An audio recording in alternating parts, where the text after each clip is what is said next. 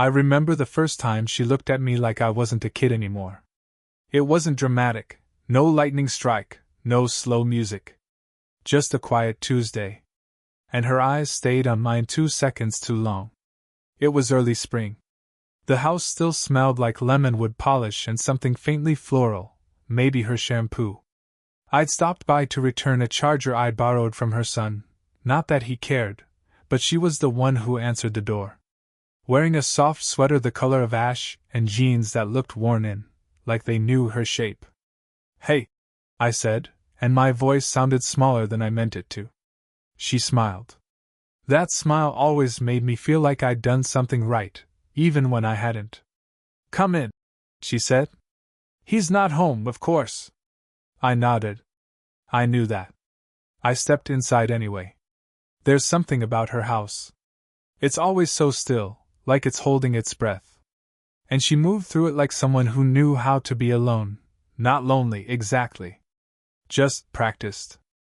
"I was just making tea," she said, already walking toward the kitchen. "You still drink it with honey?" I smiled. "You remember?" "I pay attention," she said without turning around. I followed her, half in a daze. The way her hand lingered on the edge of the counter. The way she tucked her hair behind her ear but left one strand free. Everything about her felt unhurried, like she didn't need to fill the silence. I think that's what drew me in first, that she could sit in a quiet room and still take up space. I sat down at the small kitchen table. She placed a mug in front of me, our fingers brushing for half a second, hers warm, mine trembling just enough that I hoped she didn't notice.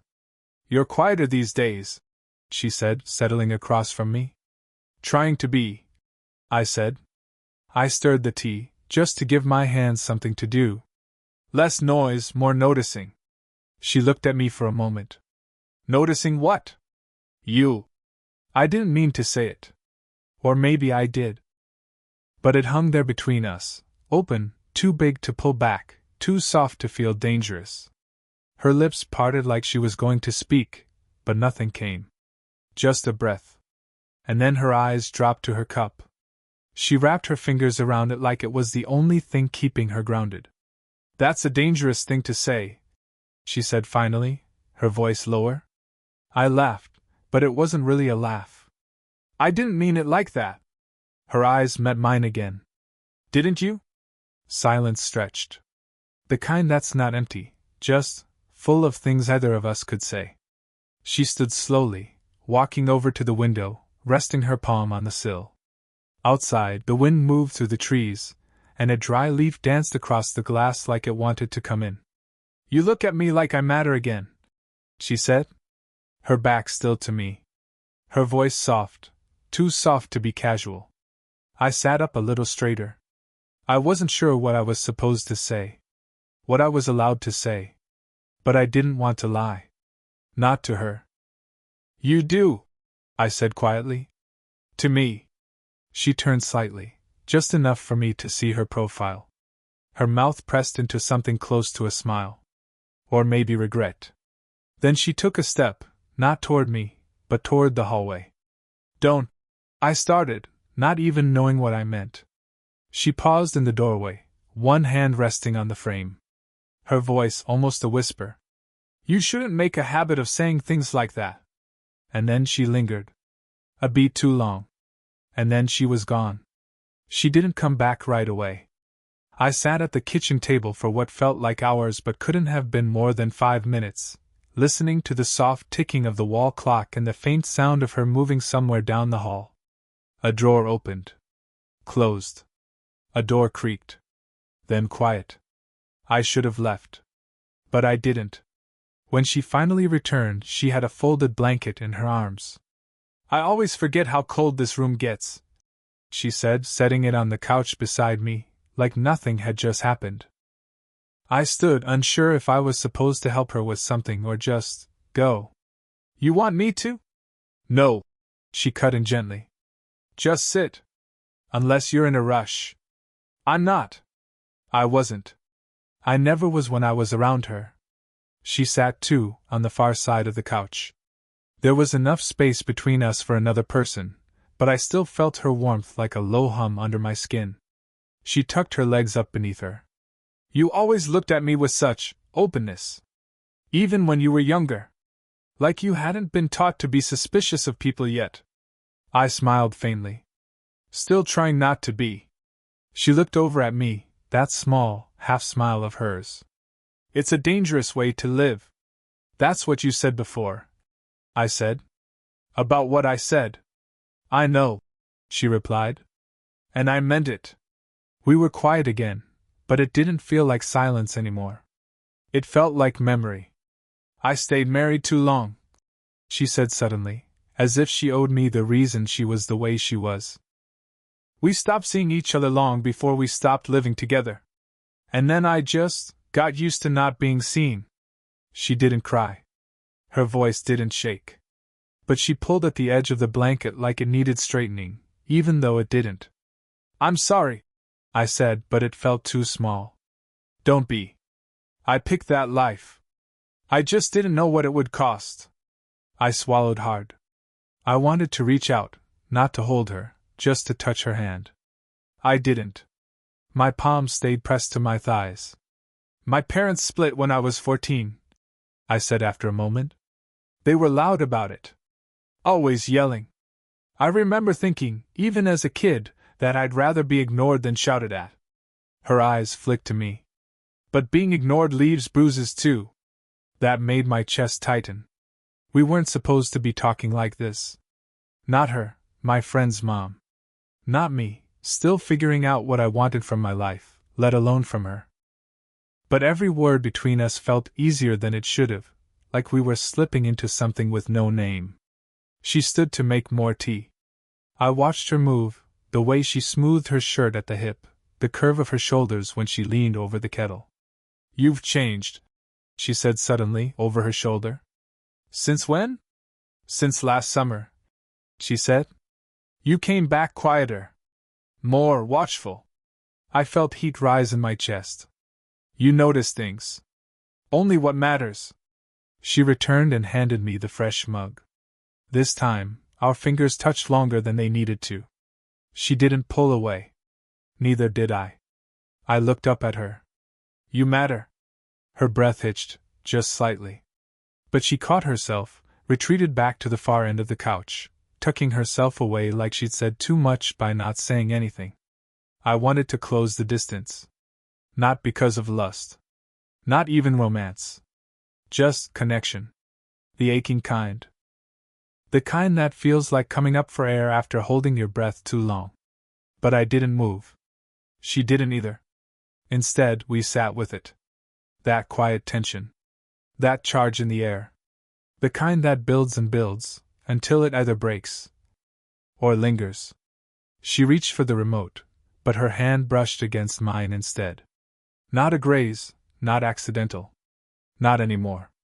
We both froze. The room didn't. The clock kept ticking, the kettle on the stove let out a slow hiss, the wind nudged against the windowpane. But we didn't move. She didn't look at me right away. Just let her fingers stay on mine, soft and unsure, like she was waiting for me to be the first to pretend it hadn't happened. I didn't. Her thumb moved, barely, over the back of my hand. And then she pulled away. It was sharp, like she touched a flame and remembered too late that it burns. I should, she said, standing too fast. Her voice was low, guarded again. I should check the laundry. She walked out before I could say anything. Before I could even stand. I heard the door to the laundry room squeak open, then close gently. The house swallowed the sound like it was trying to protect her. I sat there, hands in my lap, heart thudding like I'd done something wrong, but couldn't name what. I knew what I felt wasn't casual. And I think she knew it too. That's why she ran. The laundry didn't take long. Maybe she just needed a place to breathe where I couldn't look at her. When she returned, she was different, not colder, but more composed. Like she'd wrapped herself back up.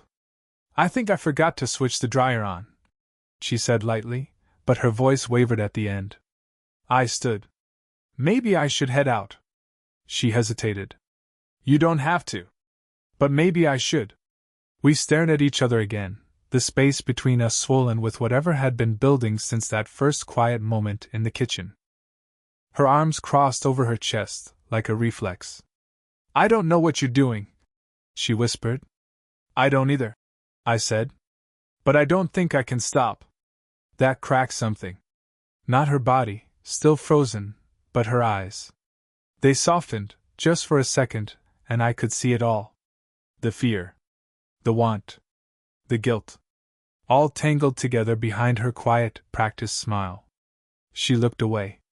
"You don't understand what this could ruin." "Maybe," I said. "But that doesn't make it not real."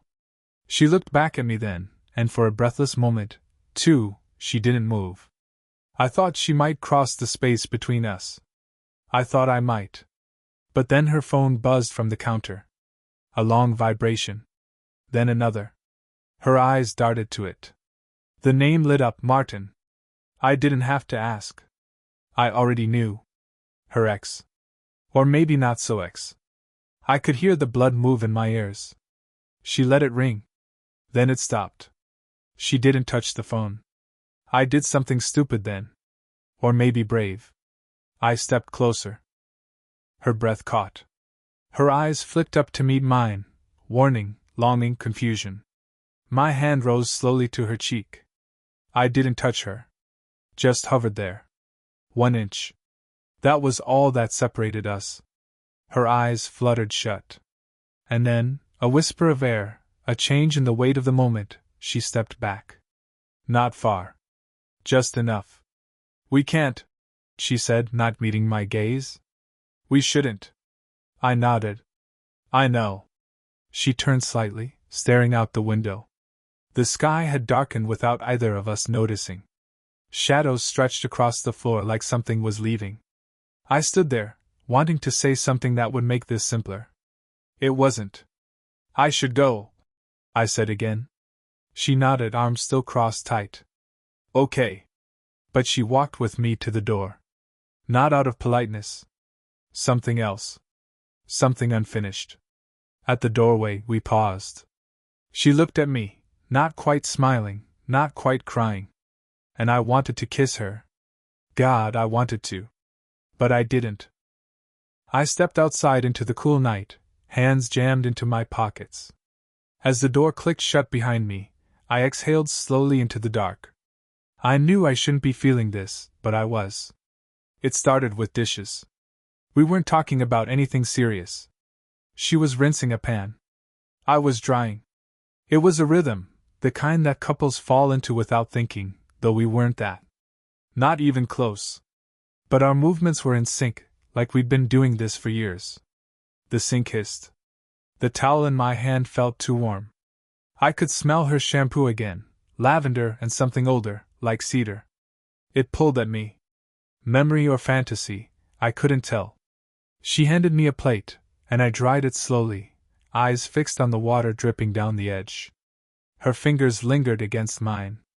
That was the moment I felt it break, something inside me. Subtle at first. A slow climb.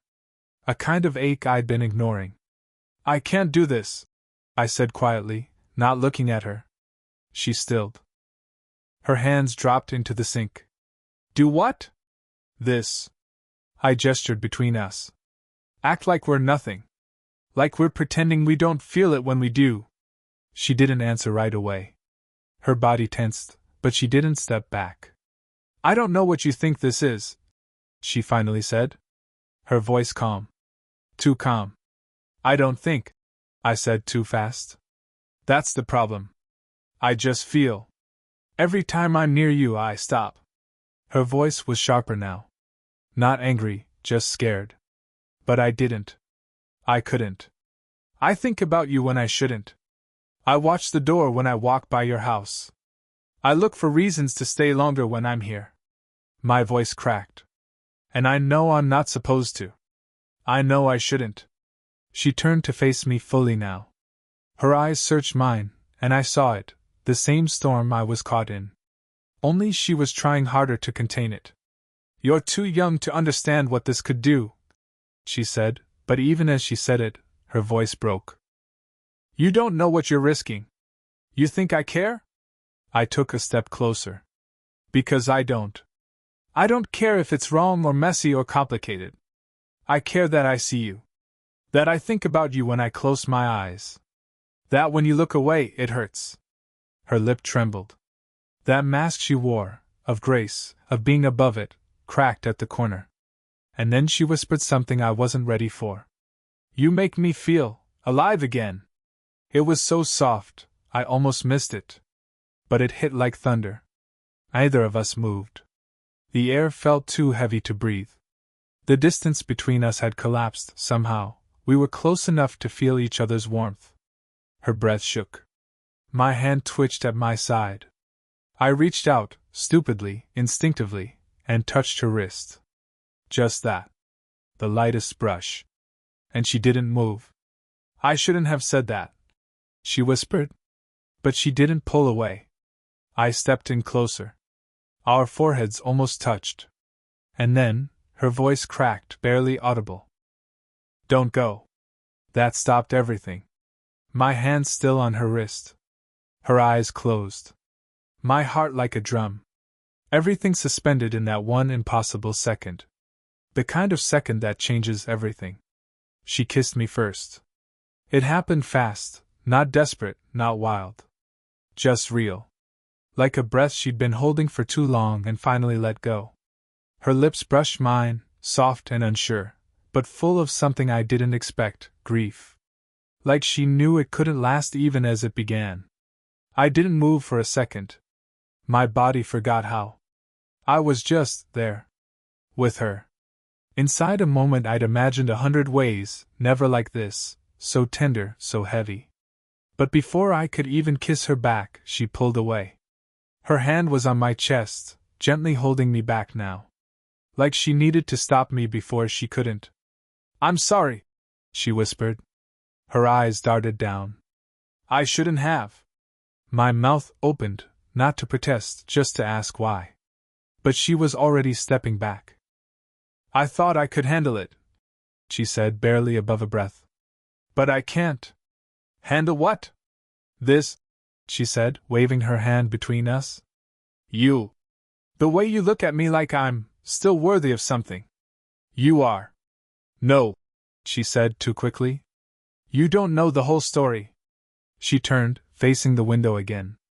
Her fingers gripped the edge of the sill like it was the only thing keeping her steady. He's not gone. I blinked. What? Martin, she said. My husband. We're not divorced. I stared at her back, unable to speak. She kept going. We've been separated for over a year, but I never signed the papers. I told everyone it was done. Even myself, sometimes. But it isn't. Not really.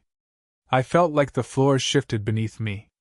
I wanted to say something, anything, but nothing came. And you, she said, turning to face me. You're leaving. My breath caught. What? Your mom told me, she said. Grad school? Out west. You didn't think I'd hear? It's not for sure yet. But it could be, she said. And you didn't tell me. I stepped forward. I didn't know how. Her eyes met mine, and for the first time in all our conversations she looked angry. Not loud, not cruel. Just quietly, heartbreakingly tired. You think this is just some perfect little moment we can hold on to, don't you? She said, voice low. But life doesn't freeze here. You'll leave. And I'll stay. I don't want to leave you. But you will, she said. And I'll let you. Silence swallowed the room again. She looked down, pulling her sleeves over her wrists. I don't know how to love anyone anymore without wondering how they'll hurt me. I stepped forward. I'm not him. I know, she whispered, voice almost cracking. That's why this hurts. Neither of us spoke. There was so much I wanted to do, hold her, promise her something I wasn't sure I could keep. But all I did was stand there, my hands at my sides aching. She took a shaky breath and moved past me, toward the door. She opened it, not wide, but enough. You should go before this gets harder. I stood there, looking at the hallway. Her profile in the doorway. Her shoulders drawn tight, like if I stayed a second longer, she'd break. I took one step toward the door. Then stopped. "I'll go," I said. She nodded, but didn't look back. I stepped outside into the dim air. The wind had changed. The door clicked shut behind me. And I didn't know if that was the end, or if we were just afraid to admit we didn't want it to be. I didn't plan on coming back. I told myself I wouldn't. I walked halfway down the street, past the bakery with the closed sign, past the row of dark houses where porch lights flickered like quiet warnings. I made it to the corner. Then I stopped. The weight of it all, her silence, my silence, the kiss, the truth, settled so heavy in my chest, I couldn't breathe. And before I could think better of it, I turned around. The porch light above her door was still on. The hallway behind the glass glowed warm, soft, like she hadn't gone to bed yet. Or maybe like she had, and couldn't sleep either. I raised my hand. It shook. I knocked. Once. A pause. Then the sound of her footsteps. The door creaked open. She looked at me, hair down, sweater sleeves pulled over her hands, no makeup, eyes tired. And still, something in me folded at the sight of her. "I wasn't going to," I said quietly. "But I couldn't leave it like that." She didn't speak. Just opened the door wider. I stepped in. The air smelled like chamomile and something faintly burned, like she'd made tea and forgotten about it. We stood in the entryway, barely 2 feet apart, like we were afraid to touch the ground too hard and break the spell. "I don't have a plan," I said, voice low. "I don't know how this works. There's too much in the way, I get that. The age difference, what people would say, your past, my future." She closed her eyes like each word landed heavier than the last. "I'm not pretending it's simple," I added. "But I need to say this anyway." She opened her eyes. "I want you." I swallowed. "But I don't know how this can work. I don't know how to make you feel safe. Or how not to break my own heart in the process. All I know is, I don't want to keep pretending that what's between us doesn't matter." A silence settled between us. Not cold. Not harsh. Just honest. She looked down at the floor, then back at me, slowly. Her voice, when it came, was smaller than I'd ever heard it. "You scare me." I nodded. "You scare me too." She took a step forward. Just one. Close enough for the air to shift between us. "I've built so many walls," she whispered. "And you keep finding the cracks." Her fingers brushed mine, so light I wasn't sure it was real. But then she gripped them. Tight. "I don't know if I can give you what you need," she said. "I don't know if I can even give myself that." "I'm not asking for guarantees," I said. "Just for the chance to find out." We stood there in that raw, messy quiet. No grand gestures. No clean answers. She looked up at me, her eyes glassy, full of everything she couldn't name. Then, slowly, she stepped aside. The door behind me stayed open. Her hand still in mine. No promises. Just room. We didn't rush it. That surprised me, honestly. After everything, the kiss, the pulling back, the truths laid bare like open wounds, I thought it would either burn out or explode. But it didn't. It softened. Some days she called me just to talk. Other days I'd come by and sit in her kitchen while she folded laundry, both of us moving around each other with a quiet understanding, not needing to define it. Not yet. The tension was still there, sure, but so was something gentler now. Safer. Real. It was a Sunday when she let me stay the night. Not in her bed. On the couch, still warm from her sitting there before. She didn't say it like a big deal. Just, "You don't have to go. If you're tired." I nodded. Said nothing. But we both knew it meant more than sleep. In the morning, I woke up to the smell of coffee and sunlight spilling across the floor like gold. She was standing at the counter, barefoot, hair up, mug in her hand. She looked over at me like she wasn't startled to see me there. Like I belong. I sat up slowly. Did I snore? She smirked. Only a little. I stood and walked toward her, bare feet on cool tile. She poured me a mug without asking. Honey, just how I liked it. We leaned against opposite ends of the counter, sipping in silence. And then she said it, soft, steady, eyes on her coffee. I told him. I didn't ask who. I didn't need to. He said he wasn't surprised. That I'd been gone for a long time anyway. I swallowed. How do you feel? Light, she said. And terrified. I reached for her hand across the counter. She let me take it. I want this, she said. I want you. I just don't want to lose myself again. You won't, I said. I don't want to be someone you disappear into. I want to be someone you grow beside. She looked up. Her eyes shone, not with tears, but clarity. I used to think wanting something like this was reckless, she whispered. Now I think maybe it's brave. We stood there a long time, not speaking. Just breathing in the same quiet space. Later, we packed a bag together, small things. A toothbrush for me. A drawer cleared out for no reason except that it felt right. She showed me an old photo of herself, younger, unsure. She laughed when I told her I still thought she looked the same. The last scene wasn't loud. No music swelled. No one clapped. It was us, on the back porch, hands linked over chipped mugs, feet bare, watching the sun dip behind the neighbor's trees.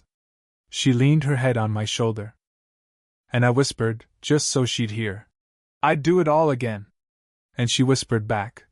So would I. We didn't need anything more.